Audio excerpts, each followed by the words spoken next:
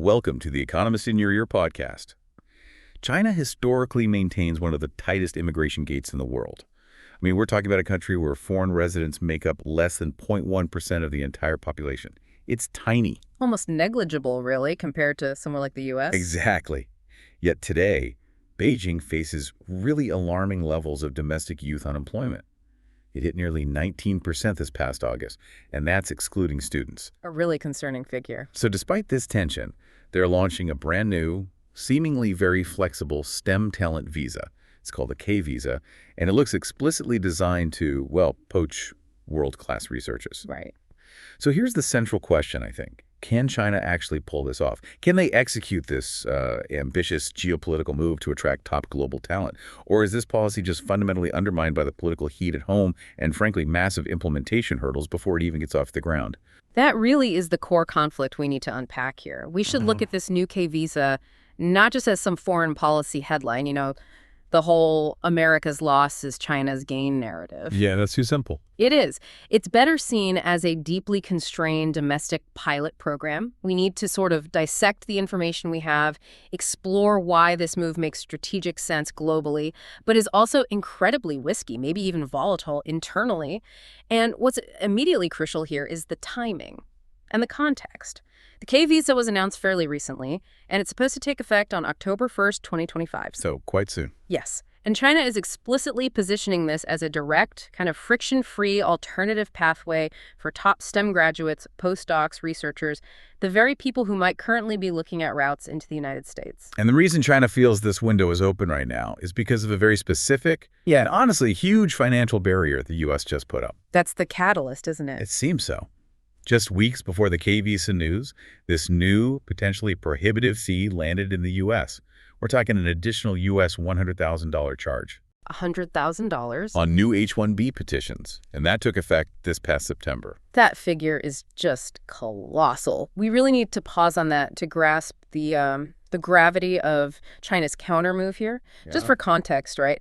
The typical H-1B filing fees already run into thousands of dollars. It depends on the company size and lawyers and whatnot. Sure. This new $100,000 fee, which sources indicate is an additional mandate on new applications, not renewals. It just creates an instant, enormous financial hurdle. Think about a startup or a university lab or even a mid-sized company wanting to hire fresh international talent.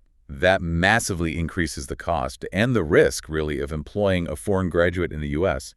If you're a fresh PhD or a top researcher, that huge price tag suddenly becomes a major factor in whether a U.S. company can even afford to bring you on. Precisely. And the K visa seems designed specifically to, obliterate that kind of rigidity we see in the H-1B system. The key difference here, the thing that jumps out, is the K visa offers longer stays, multiple entries, and crucially, requires absolutely no employer sponsorship. That no sponsorship part, that's a potential game changer, isn't it? Yeah. Especially for the young, highly skilled talent they seem to be targeting. It offers real flexibility. Yeah. You could use the visa to study, maybe conduct independent research across different institutions, or even try to start a business, all without being locked into one company right from day one. Mm-hmm. So China's strategic goal seems crystal clear. Attract those world-class researchers, founders, postdocs, accelerate the tech capabilities they want. And it complements the existing efforts to bring back the sea turtles, right? Exactly. The overseas trained talent encouraged to return home. So that's the compelling talent magnet logic when you look at it from the outside. It seems like a rational response to, U.S. protectionism and rising costs there. But the moment you view this policy through the domestic lens in China, the picture gets way more complicated. It ignites what our sources are calling significant fury at home. And the statistical tension is just glaring. On one hand, like we said, China has virtually no history of significant immigration.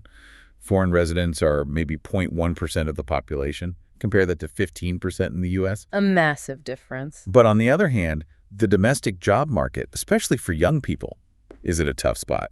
Youth unemployment for non-students hit 18.9% in August 2025. And this isn't just a blip, is it? It feels more structural. We had, 12.2 million graduates hitting the job market just this past summer. Huge number. And historically, the Chinese education system has really pushed engineering and white-collar STEM fields.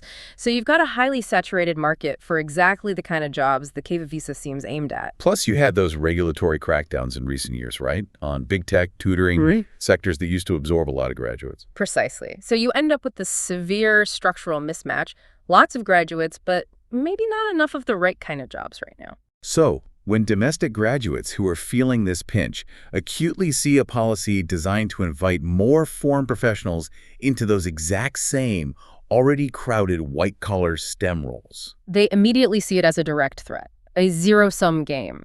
Their already scarce opportunities are now potentially going to foreigners. It can feel like the government is prioritizing outsiders over its own struggling youth. That zero-sum perception seems like the absolute core domestic hurdle. It is, and the discussion gets even more sensitive when you look at how the public conversation has played out online. We saw comments flaring up after some media reports compared the K visa to the U.S. H-1B. Yeah. And given that Indian nationals have historically received a very large share of H-1B visas, some posts online immediately jumped to anxieties about, well, potential inflows from specific non-Western regions. They conflated this highly specialized K visa with broader fears about general labor competition. Wait a minute, though. If the strategic goal is so clearly defined, attracting high-level young sci-tech talent, PhDs, postdocs from top global universities, why is the public discourse getting bogged down in fears of, like, general labor migration? Isn't that a major optics problem for the government? Oh, absolutely. It really highlights the gap between the policy's, let's say, technical intent and its political reception on the ground. Analysts we've looked at, drawing on other materials, they expect the initial K visa folks to skew heavily towards Europe and the U.S. Where the top labs and universities are, and where China has existing links. Exactly. But the domestic public doesn't necessarily see that nuance. They just hear more competition for jobs. And that requires really careful management and transparent communication from Beijing, which might be challenging. So that distinction, the gap between the target profile and the public fear, that brings us to the critical interpretation of this policy, doesn't it? Despite maybe some dramatic international headlines about a U.S. brain drain. Right, the America's Lost narrative again. Yeah. Analysts seem pretty unified in thinking any large-scale influx is highly unlikely. This isn't the start of mass migration to China. That's right. If we connect this to how China often implements strategic policies, the K visa looks much more like a small, tightly curated pilot program. It's designed for focused impact, not sheer volume. The criteria are expected to be exceptionally tight.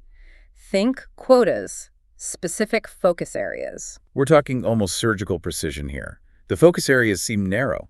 Top universities, national labs, major R&D parks in the big innovation hubs, Beijing, Shanghai, Shenzhen. And the target profile isn't just any STEM grad. It's explicitly high-level young sci-tech talent. PhDs, postdocs, maybe some founders in really key fields.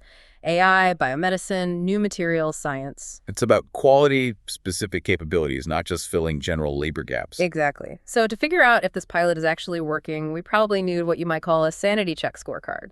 We can't just count visas issued. Right, that doesn't tell you much. No. The metrics that really matter are, first, volume and quality. Okay, how many K visas get issued in year one?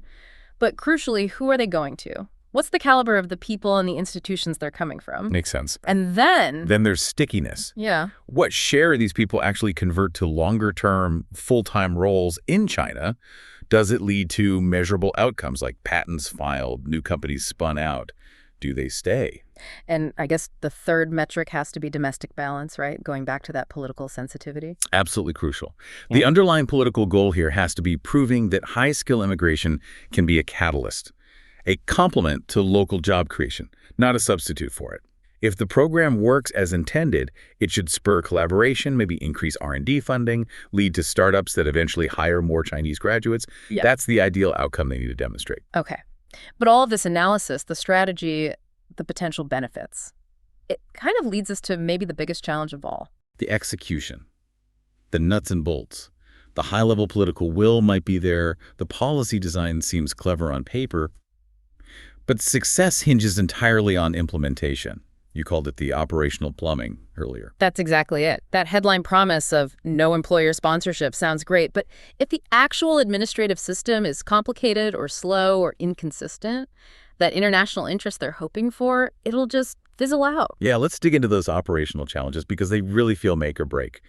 Risk number one has got to be the classic bureaucratic hurdle: rule clarity and processing. Definitely. The different ministries involved have to finalize and publish really crisp, unambiguous eligibility rules. We need clear age bands, specific lists of qualifying degrees or institutions, clarity on what activities are permitted under the visa. And if an applicant has to bounce between 5 different government agencies and wait 6 months for an answer, Forget it. The competitive edge gained from that $100 H-1B fee just vanishes instantly. This needs truly efficient, genuinely single-window processing that's often promised, but rarely delivered smoothly in big bureaucratic systems. and if China's admin can't provide a friction-free application and, importantly, renewal process, these top researchers will just choose an easier path somewhere else. Right. And we're told these crucial details are expected over the coming months. So the clock is ticking pretty fast ahead of that October 2025 start date. Okay, so beyond just the paperwork, there's the whole retention challenge. Risk number 2, campus and lab readiness. Getting top talent in the door is one thing. Keeping them is another challenge altogether. Exactly. Retention depends on practical stuff, right? On-the-ground support, things like streamlined access to decent housing, good onboarding processes, assurances about IP protection and data security that meet international standards. And crucially, widely available, adequate English language administrative support within the labs and universities. You can't expect a top international scientist to waste half their time battling local bureaucracy or filling out forms in a language they don't read fluently. That seems like a huge, often overlooked practical point. Yeah. Then risk number 3, circling back again, labor optics management. Tied directly to those zero-sum fears we discussed.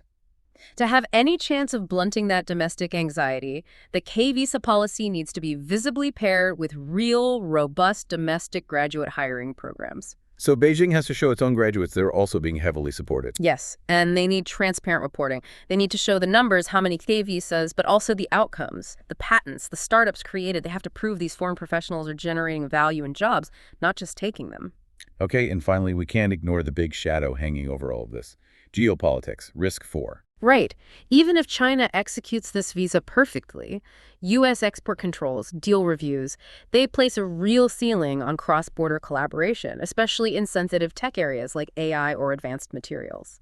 So multinational firms, research institutions, they still have to navigate those U.S. rules carefully, structure rules carefully to stay compliant on both sides. Exactly. China's visa openness is maybe a necessary condition for attracting talent, but it's not sufficient on its own to guarantee deep, seamless collaboration in this geopolitical climate. Okay, so pulling all this together. Well, if we synthesize it, the K-visa looks like a completely rational, strategically timed response. It addresses both the external friction from the U.S. H-1B changes and China's internal need for cutting-edge innovation. Makes sense geopolitically. But its success, ultimately, won't be measured by the initial flurry of international interest. It's going to be measured by whether China can successfully navigate that really potent domestic political opposition and execute a clear, consistent, friction-free administrative system over the next year or so. That's the real execution test. That's what matters most. Which brings us to maybe a final provocative thought to leave people with. We know policy experts in China, including at places like the Chinese Academy of Social Sciences, they've suggested that as China's population ages quite rapidly, the country will eventually need more high-quality immigration, not just for innovation, but eventually to help sustain things like healthcare and pension systems. That demographic pressure is undeniable long-term. So will this K-visa pilot this small, really high-stakes experiment? Will it serve as the crucial, maybe painful learning experience they need to build the framework for that inevitable future? Or will the weight of today's domestic political constraints just prove too heavy? Will it delay those critical reforms for potentially decades? Something to watch. Thanks for listening. Follow us for daily insights into world affairs, and don't forget to like, comment, and share.